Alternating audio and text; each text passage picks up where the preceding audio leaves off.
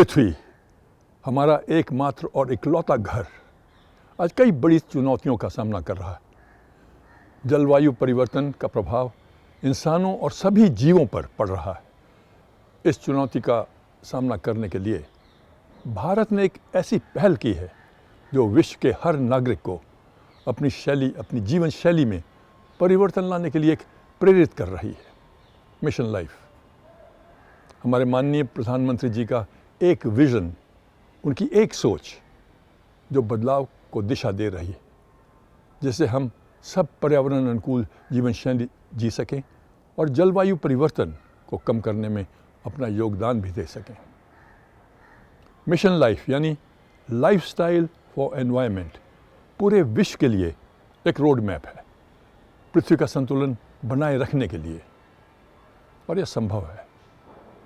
आइए धरती करे पुकार के इस एपिसोड में जानें किस प्रकार हम भी प्रकृति से जुड़कर अलग अलग क्षेत्रों में अपना योगदान दे सकते हैं, पृथ्वी पर जीवन को संवारने के लिए, एक बार फिर पृथ्वी को बहाल करने में। जलवायु परिवर्तन का पूरी दुनिया की पर्यावरण प्रणालियों और आबादी पर असर पड़ रहा है। पिछले कुछ दशक पृथ्वी पर तुलनात्मक रूप से गर्म रहे हैं। पूरी दुनिया का तापमान बढ़ने से पहले से ज्यादा हीट वेव, सूखा, बाढ़, चक्रवात और वनों में आग देखने में आ रही है। प्राकृतिक संसाधन आज दबाव में हैं और धीरे धीरे कम होते जा रहे हैं। अनुमानों के अनुसार पानी की लगातार होती हुई कमी दुनिया के अरबों लोगों पर प्रभाव डाल सकती है। किसानों के लिए फसलें उगाना मुश्किल हो रहा है। 2022 में दुनिया की आबादी 8 अरब थी, जो 2050 में बढ़कर लगभग 10 अरब हो जाएगी और भोजन की मांग भी बढ़ जाएगी। ऐसे में करोड़ों अरबों लोगों की आजीविका और जीवन पर असर पड़ेगा। जलवायु परिवर्तन के कारण मानव इतिहास में दर्ज किसी भी दौर की तुलना में हम जीवों और वनस्पतियों को खो रहे हैं। हमारे ग्रह को मदद चाहिए और इसका समाधान हम सबको मिलकर निकालना होगा। ऐसे में हमारे माननीय प्रधानमंत्री जी ने अपने एक विशेष भाषण में एक संयुक्त और वैश्विक प्रयास का आह्वान किया। COP 26 में प्रधानमंत्री श्री नरेंद्र मोदी जी ने मिशन लाइफ की घोषणा की। LIFE यानी लाइफस्टाइल फॉर एनवायरनमेंट। आज जरूरत है कि हम सभी लोग एक साथ आकर कलेक्टिव पार्टिसिपेशन के साथ लाइफस्टाइल फॉर एनवायरनमेंट यानी लाइफ को एक अभियान की तरह आगे बढ़ाएं। ये एनवायरमेंटल कॉन्शियस लाइफस्टाइल का एक मास मूवमेंट बन सकता है। मिशन लाइफ लोगों को प्रेरित करता है कि वो अपनी रोजमर्रा की जिंदगी में ऐसे सरल कदम उठाएं जो जलवायु परिवर्तन के बढ़ते दुष्प्रभावों को कम करने में अपना योगदान दे सकें। इस मिशन का लक्ष्य लोगों को पर्यावरण अनुकूल जीवन शैली के ऐसे नेटवर्क से जोड़ना है कि इस आंदोलन का प्रचार पूरे विश्व में हर व्यक्ति जिम्मेदारी से कर सके। मिशन लाइफ एक जन आंदोलन है जिसे भारत की आजादी के 75वें वर्ष में शुरू किया गया। लक्ष्य है 75 ऐसे लाइफ एक्शन पर ध्यान देना जो आम लोगों द्वारा अपनाए जा सके और जिनसे भविष्य में आर्थिक गतिविधियों में भी वृद्धि हो और प्राकृतिक संसाधनों का सतत उपयोग भी। इन 75 व्यक्तिगत लाइफ एक्शंस को 7 श्रेणियों यानी 7 थीम्स में बांटा गया है। आइए उन 7 विषयों को जानें जो हमें एक बेहतर कल की ओर ले जाएंगे। पिछले कुछ दशकों में दुनिया में ऊर्जा की मांग में काफी वृद्धि हुई है और जीवाश्म ईंधन के इस्तेमाल में तेज बढ़ोतरी देखने को मिली है। लेकिन भारत ने जीवाश्म ईंधनों के विकल्प ढूंढने के मामले में काफी प्रगति की है ताकि प्रकृति के संतुलन को बिना नुकसान पहुंचाए प्रगति सुनिश्चित की जा सके। और ऐसा करने का एक रास्ता है हरित ऊर्जा। ऊर्जा की बचत करने के लिए भारत में कई ऐसी पारंपरिक पद्धतियां हैं जिनसे बिजली की खपत घटती है। फिर चाहे हाथ से कपड़े धोना और उन्हें धूप में सुखाना हो, या ऐसे घरों का निर्माण करना जिसमें कम बिजली खर्च हो। ऊर्जा बचाने के सिलसिले में हम सभी लोग अपना योगदान दे सकते हैं। एलईडी बल्ब का इस्तेमाल बढ़ाने, घरों की छतों पर सौर कुकर, हीटर लगाने, खाना पकाने और बिजली की जरूरतों को पूरा करने के लिए बायोगैस का इस्तेमाल ऐसे कुछ उपाय हैं जो सभी लोग ऊर्जा बचाने के लिए अपना सकते हैं। आज दुनिया एक और समस्या का सामना कर रही है, वो है कचरा। कचरे का प्रबंधन दुनिया में हर जगह, हर इंसानी बस्ती के लिए एक गंभीर मुद्दा बन गया है। इस समस्या का सामना करने के लिए भारत में केंद्र और राज्य सरकारें और स्थानीय म्युनिसिपल प्राधिकरण प्लास्टिक कचरे के प्रबंधन के प्रति बहुत ध्यान देते आए हैं, लेकिन एकल और नागरिकों के स्तर पर की जाने वाली एकजुट कोशिशों से भी बड़ा असर पड़ेगा। बायोडिग्रेडेबल और नॉन बायोडिग्रेडेबल कचरे को छांटना, पैकिंग के लिए पुराने अखबार इस्तेमाल करना, बच्चों को इस्तेमाल की गई किताबें देना, कपड़ों को दान करना, ऐसे कई छोटे लेकिन कारगर कदम हैं जिससे हम अपना और अपने इर्द गिर्द का कचरा कम करने में सहयोग दे सकते हैं। घर में बचे हुए भोजन की कंपोस्ट बनाना, गाय के गोबर से जैविक खाद बनाना, भोजन और कृषि अपशिष्ट को बायोगैस प्लांट में डालना और घरों में सूखे और गीले कचरे की छंटाई, ये सभी तरीके कचरा प्रबंधन के काम में मदद करते हैं। कचरे से जुड़ी एक और बड़ी समस्या है ई वेस्ट यानी इलेक्ट्रॉनिक कचरा, यानी ऐसे इलेक्ट्रॉनिक उपकरण, उत्पाद, कलपुर्जे और संबंधित चीजें जिनकी उपयोगिता अब खत्म हो चुकी है। लगातार बेहतर होती टेक्नोलॉजी के कारण इन चीजों का ढेर बढ़ता ही जा रहा है। बेकार हो चुके इलेक्ट्रॉनिक उपकरण और उनमें मौजूद धातुएं खतरनाक होती हैं, तो ये सुनिश्चित करना जरूरी हो जाता है कि इनका प्रबंधन सही तरीके से हो। हमें इलेक्ट्रॉनिक उपकरणों की मरम्मत कराकर उन्हें दोबारा इस्तेमाल करना चाहिए। अगर हम उन्हें फेंकना चाहते हैं तो बेहतर होगा कि हम उन्हें नजदीकी ई रिसाइकलिंग यूनिटों में ले जाएं, इससे ई वेस्ट की मात्रा कम होगी। रिसाइकलिंग भी इस समस्या से निपटने का एक तरीका है। इलेक्ट्रॉनिक चीजें मूल्यवान धातुओं से बनी होती हैं, जैसे कि तांबा, एल्यूमीनियम, यहां तक कि प्लैटिनम और सोने से भी। तो पुराने उपकरणों की रिसाइकलिंग से सिर्फ ऊर्जा ही नहीं बचती, इससे लागत भी कम होती है। रोज़मर्रा के जीवन में हमारा हर एक काम, हर एक कदम, हमारी गतिविधियां ऐसी होनी चाहिए जिससे पृथ्वी को क्षति ना पहुंचे। लोग मुझसे अक्सर पूछते हैं, हम क्या कर सकते हैं? आप बहुत कुछ कर सकते हैं। आप सिंगल यूज़ प्लास्टिक बिल्कुल इस्तेमाल न करें, पानी ज़ाया न करें। बाज़ार कुछ खरीदने जाएं तो कपड़े या जूट के रीयूजेबल बैग इस्तेमाल करें। छोटे छोटे बदलाव ही एक बदलाव लाएंगे।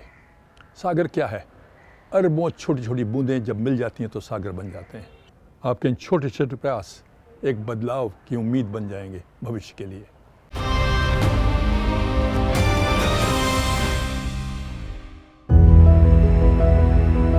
आज के दौर में एक और समस्या है पीने के शुद्ध पानी की उपलब्धता। जलवायु परिवर्तन के कारण मॉनसून में बदलाव हो रहा है। नदियों और झीलों पर भारी दबाव है। पीने के पानी की कमी की इस समस्या का सामना करने के लिए पूरे देश में पानी की उपलब्धता को सुनिश्चित कराने के लिए कई कदम उठाए गए हैं। उद्देश्य सिर्फ पानी बचाना नहीं, बल्कि इसके सतत इस्तेमाल को सुनिश्चित करना और ये पक्का करना भी है कि पानी हर घर तक पहुंचे।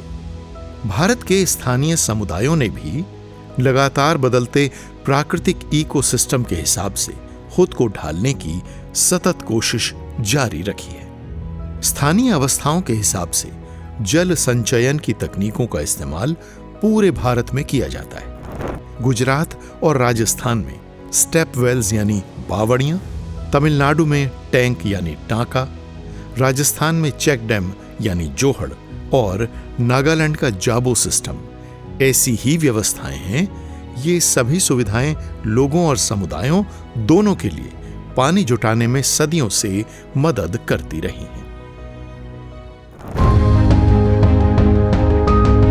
अपने स्तर पर किए गए बदलाव, जैसे पौधों को पानी देने और गाड़ियों को धोने के लिए पाइप के बजाय बाल्टी का इस्तेमाल करना, नलों और पानी के पाइप्स में हो रही लीकेज को फौरन रोकना, आरओ और एसी से निकलने वाले पानी को अपने पौधों को पानी देने के लिए उपयोग करना, जरूरत न होने पर नल बंद रखना। ऐसे छोटे छोटे प्रयासों का सामूहिक परिणाम हम सबके भविष्य के लिए कारगर साबित होगा।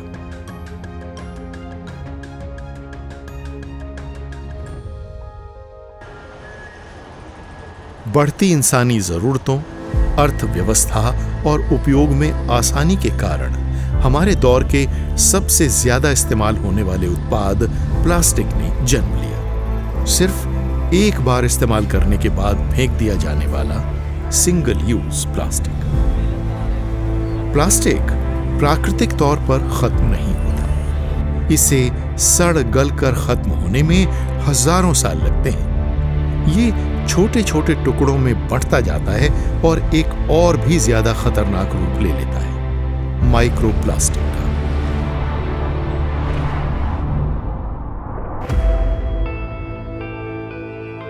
लेकिन शीशे के बर्तनों और प्लास्टिक की बोतलों को बार बार इस्तेमाल करना, शॉपिंग के लिए प्लास्टिक के बजाय कपड़े के थैले साथ लेकर जाना कुछ ऐसे तरीके हैं जिन्हें अपनाकर सिंगल यूज प्लास्टिक से बचा जा सकता है।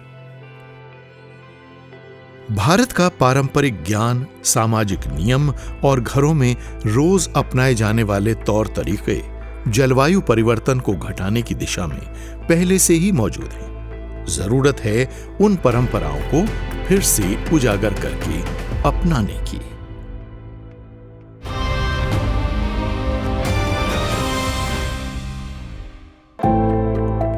योग, आयुर्वेद और खेलों की पारंपरिक पद्धतियां सदियों से भारतीय संस्कृति का एक महत्वपूर्ण हिस्सा रही हैं। केवल आधुनिक दवाइयां ही लंबे समय तक चलने वाली बीमारियों, बड़ी उम्र और खराब जीवन शैली से उत्पन्न समस्याओं में प्रभावी नहीं होती। भारत खेलों, पारंपरिक औषधियों और योग की पद्धतियों के क्षेत्र में निरंतर आगे बढ़ रहा है और पूरी दुनिया में अपना नाम बना रहा है। हाल के वर्षों में भारत में एक स्वस्थ जीवन शैली के प्रति जागरूकता बढ़ती देखी गई है। पूरे भारत में मौजूद ऐसी कई पद्धतियां मिशन लाइफ के उद्देश्यों को आगे बढ़ाने की दिशा में एक सांस्कृतिक परिवर्तन की बुनियाद हैं। 2023 मिलेट वर्ष था और भारत दुनिया में मिलेट यानी मोटे अनाजों का दुनिया का सबसे बड़ा उत्पादक है। बाजरा, ज्वार और रागी जैसे मोटे अनाज की खेती में कम पानी इस्तेमाल होता है। देश में जैविक खेती अपनाई जा रही है और पोषण के लिए स्थानीय पौधों का इस्तेमाल हो रहा है। कोशिश है एक सतत आहार प्रणाली कायम करना। दुनिया एक परिवार है और हमारा केवल एक ही घर है, पृथ्वी। अगर सभी लोगों और समुदायों के व्यवहार में बदलाव लाया जाता है तो पर्यावरण और जलवायु संबंधी संकटों को काफी हद तक कम किया जा सकता है। भारत ने हमेशा ही समस्याओं का हल निकालने के लिए सामूहिक प्रयासों की शक्ति का इस्तेमाल किया है। स्वच्छ भारत मिशन के अंतर्गत पानी और स्वच्छता के क्षेत्र में एक सफल कदम लिया गया है। मिशन लाइफ में भी कुछ ऐसे ही परिवर्तनों को शामिल किया गया है। इसमें मौजूदा इस्तेमाल करो और फेंको वाली सोच की जगह चीजों का बारंबार इस्तेमाल करने वाली अर्थव्यवस्था को अमल में लाने की विचारधारा पर जोर दिया गया है। बार बार इस्तेमाल करने यानी सर्कुलर इकोनॉमी के जरिए 2030 तक लगभग 14 लाख करोड़ रुपए की अतिरिक्त बचत की जा सकेगी। मिशन लाइफ का मकसद 2030 विकास के लक्ष्यों को प्राप्त करके पर्यावरण के प्रति अपना योगदान देना है। इसके तहत हमें यह सुनिश्चित करना है कि हमारी जीवन शैली पृथ्वी पर उपलब्ध संसाधनों से तालमेल में हो। अपनी दैनिक आदतों में बदलाव करके हम जलवायु परिवर्तन को सीमित कर सकते हैं, चाहे वो हमारे सफर का तरीका हो, चाहे बिजली के इस्तेमाल का, चाहे वो आहार हो या वो चीजें जिन्हें हम खरीदते हैं। इन सब के जरिए हम परिवर्तन ला सकते हैं। जरूरत है तो बस एक पर्यावरण अनुकूल जीवन शैली अपनाने की।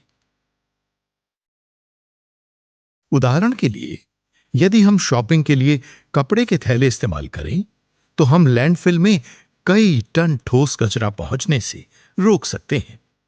पानी बचाने वाले नल और शावर हेड को लगाकर भी हम पानी की बचत कर सकते हैं। ट्रैफिक सिग्नल पर कार का इंजन बंद करके भी ऊर्जा बचाई जा सकती है।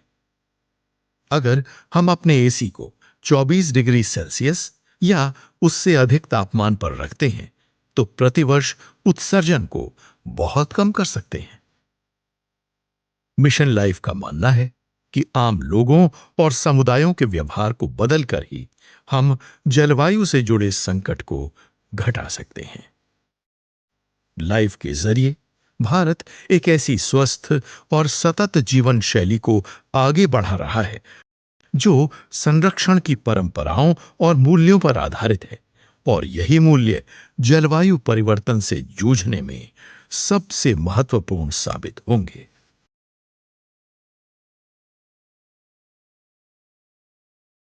मिशन लाइफ एक महत्वपूर्ण कदम है, एक उम्मीद की किरण है ये पृथ्वी को उसका अस्तित्व एक बार फिर लौटाने का। हजारों साल पुरानी संस्कृति पे आधारित ये एक संदेश है जो जलवायु परिवर्तन का सामना करने के लिए पूरे विश्व को मार्गदर्शन कर रहा है। अगर हम इस बदलते जलवायु से होने वाले प्रभावों से बचना चाहते हैं तो अपनी रोज़मर्रा की ज़िंदगी के हर क्षेत्र में बदलाव करने होंगे। जैसे कि माननीय प्रधानमंत्री जी ने कहा कि हम एक ऐसी पृथ्वी बनाएं जो न केवल मानव बल्कि अन्य जीवों के लिए भी सुरक्षित हो। मिशन लाइफ का यही संदेश है, यही ध्येय है। बदलाव हो रहे हैं। लद्दाख की पहाड़ी इलाकों से लेकर दक्षिण भारत के समुद्री तट तक बदलाव नज़र आ रहे हैं। लोग अपनी जीवन शैली को पर्यावरण अनुकूल बना रहे हैं। तो आइए हम सब मिलकर मिशन लाइफ से जुड़ें ताकि पृथ्वी को एक बार बेहतर कल की तरफ हम सब मिलकर ले जाएं। आज के एपिसोड में इतना ही। अगले हफ्ते आपसे फिर मुलाकात होगी एक नए मुद्दे को लेकर। तब तक के लिए अपना ख्याल रखिएगा। नमस्कार। और अब आ गया है समय साप्ताहिक क्विज का। हमारे पिछले हफ्ते का सवाल था, केनापारा एक परित्यक्त कोयला खदान जिसे इको पर्यटन स्थल में परिवर्तित कर दिया गया है, भारत के किस राज्य में है? Kenapara, an abundant coal mine that has been converted into an ecotourism destination, is in which state of India? और इसका सही उत्तर है छत्तीसगढ़। और आज के विजेता हैं राधे श्याम नागनपुरे, मयूर गुप्ता, शैलेश कुमार जे तपियावाला, प्रतीक प्रजापति और सौम्य रंजन प्रधान। और इस हफ्ते के स्पेशल सर्टिफिकेट के विजेता हैं नरेंद्र जंगड़े, विपुल कुमार, सुनैना, रोहित राजपूत, ललित कुमार कालिया, रविंद्र कुडालकर, जयमीन कुमार एस भावसर, अशोक शंभरकर, रविंद्रनाथ घोष और वर्षा भाटिया। और हमारा आज का सवाल है, मिशन लाइफ के तहत एक व्यक्ति के लिए निर्धारित किए गए प्रमुख पर्यावरण अनुकूल जीवन कार्यों की संख्या कितनी है? How many key life actions are earmarked for an individual under mission life? अपने अपने जवाब 1 हफ्ते के अंदर अपने नाम और पूरे पते के साथ इस पते पर लिख भेजिए। हमारा पता है कमरा नंबर 880, 8वीं मंजिल, सूचना भवन, CGO कॉम्प्लेक्स, लोधी रोड, नई दिल्ली 110003। और हमारा ईमेल आईडी है dhartikarepukaar@gmail.com। पहले 5 विजेताओं को मिलेगा धरती करे पुकार की तरफ से एक टी-शर्ट और सर्टिफिकेट, और अगले 10 विजेताओं को धरती करे पुकार के friends of the earth certificate.